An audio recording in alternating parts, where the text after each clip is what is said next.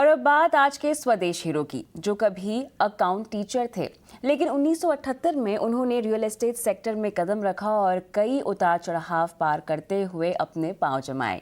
वो है 40 साल पुरानी कंपनी हीरानंदानी ग्रुप के फाउंडर निरंजन हीरानंदानी, जिन्होंने पवई, थाने, पनवेल समेत कई जगहों पर लाखों लोगों के घरों के सपनों को साकार किया है, जो अच्छी तरह से जानते हैं कि शहर के अंदर शहर को कैसे बसाना है। और आज इसीलिए रियल एस्टेट सेक्टर की बड़ी शख्सियत को चुना है हमने अपना स्वदेश हीरो।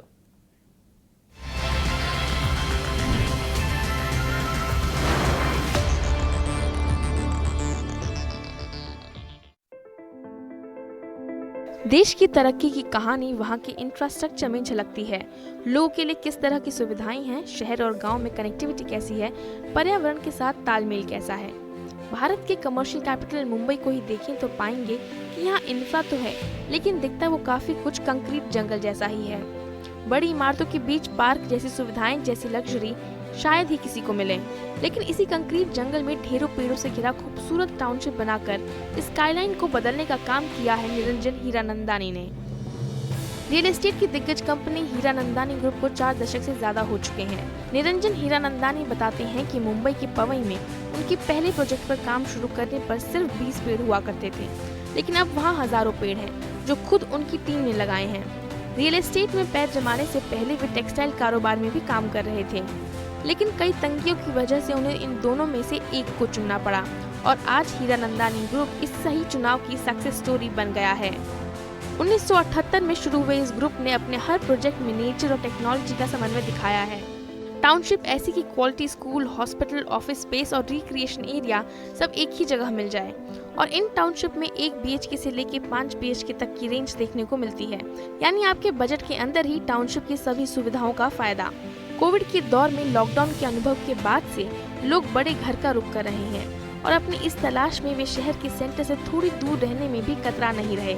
रियल एस्टेट इंडस्ट्री अर्थव्यवस्था में न सिर्फ रोजगार के मोर्चे पर बड़ा योगदान देती है, बल्कि सीमेंट से लेकर स्टील तक में बड़े फैसिलिटेटर का काम कर रही है। सरकारों ने भी हाउसिंग फॉर ऑल का लक्ष्य रखा है और इस टारगेट में हीरानंदानी ग्रुप भी अहम भूमिका निभा रहा है।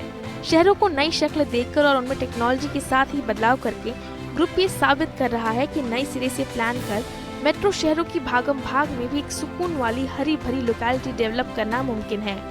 हीरानंदानी ग्रुप एक मिसाल बन गया है कि कैसे शहर की भगदड़ के बीचों बीच एक सुकून भरा और सुंदर टाउनशिप बनाया जा सकता है। खुशबू तिवारी, EG नाउ स्वदेश। तो चलिए आज के स्वदेश हीरो निरंजन हीरानंदानी से बात की हमारी सहयोगी खुशबू तिवारी ने। हमारे साथ हैं Niranjan Hiranandani, MD and co-founder Hiranandani group. Hi sir, स्वागत है आपका स्वदेश हीरो की सेगमेंट में। हम आपको फीचर करना चाहते हैं। हम जानना चाहेंगे सर, आपने ये शुरुआत कैसे की? 4 दशकों का सफ़र आपका कैसा रहा है अभी तक, और आपको किन चुनौतियों का सामना करना पड़ा? देखिए, आप ये पूरा जो है 250 एकड़ है और इसमें खजानी था। इस पूरे 250 एकड़ में 20 झाड़ थे। आज आप देख सकते हैं कि एक बगीचे में शायद 500 बड़े बड़े झाड़ दिखते हैं और हम तो पूरा 100 एकड़ में झाड़ लगाए हैं। तो ये एनवायरमेंटली फ्रेंडली एक जगह बनाई है, तो लोगों को ये खुशी होती है कि वो घर तो जाते हैं लेकिन वो एक्चुअली गार्डन या बगीचे में हैं। तो ये एक परिवर्तन करने की इच्छा थी और मैं समझता हूँ कि कुछ मैं सफल हो गया उसमें। ज़्यादातर लोग सोचते हैं कि पवई में घर लेना बहुत लंबा होगा, लेकिन आज नज़दीक दिख रहा है क्योंकि मुंबई शहर भी काफ़ी और बढ़ गया है।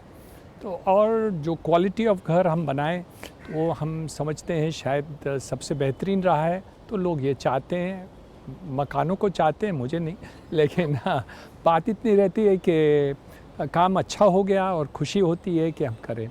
उसके अलावा काफ़ी हम अम्यूनिटीज़ प्रोवाइड किए, हॉस्पिटल है, स्कूल्स हैं, रिटेल है, मॉल्स हैं, और भी सब जो है सुविधाएं ये हम बना दिए। सर, हम जानना चाहेंगे कि आपने जब शुरुआत की, जब पहला कदम इस इंडस्ट्री में रखा, तो आपके लिए क्या चैलेंजेस सामने उभर कर आए और आपने पहले मन कैसे बनाया कि आपको ये रियल एस्टेट इंडस्ट्री ही है जहाँ से आपको शुरुआत इस तरह से करनी है?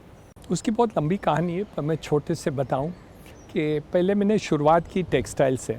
तो पहले कांदिवली चारकोप में, वहाँ मैं एक फैक्ट्री लगाया पावर लूम्स की, और वहाँ से शुरुआत की। कुछ इन्वेस्टमेंट हम रियल इस्टेट में किए, दोनों में नुकसान हुए और सोचना पड़ा कि एक को बेच दें। और हमें उसी समय यूनियन का एक नोटिस आया कि हमें 100% इंक्रीज़ इन वेजेस चाहिए। शायद वो 10% में अग्री करते थे, लेकिन मुझे एक कारण चाहिए था कि किसको मैं चुनूँ। तो हम वो टेक्सटाइल यूनिट बेच दिए और रियल इस्टेट में चले गए और अभी भी हैं।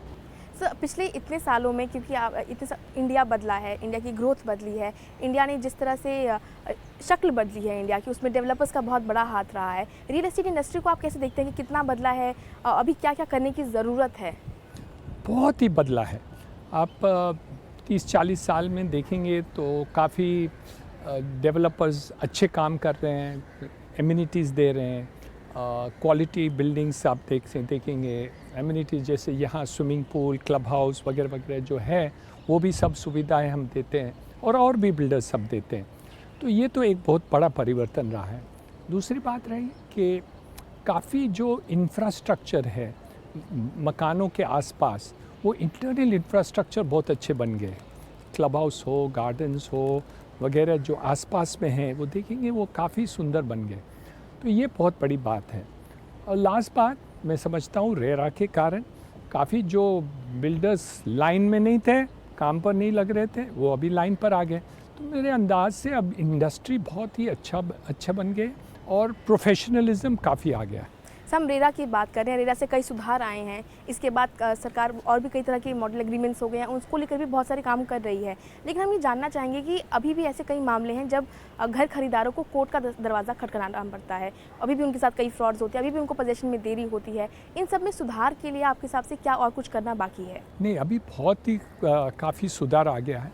देखें, रेरा में काफ़ी जो शिकायतें हैं महाराष्ट्र में, लगभग 80% सब सुलझ गए हैं। और जो एक्चुअली अब तक ज़ाहिर है वो बहुत ही छोटी परसेंटेज है। तो मेरे अंदाज से काफ़ी यहाँ जो शिकायतें थी वो कम हो गई है। लेकिन बात आपकी सही है, इसमें और भी सुधार करने की आवश्यकता है और सरकार भी कर रही है। हमारे इंडस्ट्री, नरेटको, क्रेडाई, हम लोग सब साथ में मिलकर कर रहे हैं। एक हमने कंसिलिएशन सेल शुरुआत हुई है, जहाँ जितने भी झगड़े हैं बायर और रियल एस्टेट डेवलपर्स के बीच में, उनके बीच में हम कंसिलिएशन सेल भी चला रहे हैं। तो काफ़ी और लगभग 70-80% हम वहाँ ही कंसिलिएशन में सुलझा दे रहे हैं, तो वो लिटिगेशन में नहीं जा रहे। तो मेरे अंदाज से तो काफ़ी सुधार तो आया है। लेकिन तो ये सुनिए आपने हमारे स्वदेश हीरो की कामयाबी की कहानी, और इसी के साथ आज की स्वदेश आर में मुझे भी इजाज़त दें। लेकिन तमाम खबरों की अपडेट के लिए बने रहें ET Now स्वदेश के साथ ही। नमस्कार।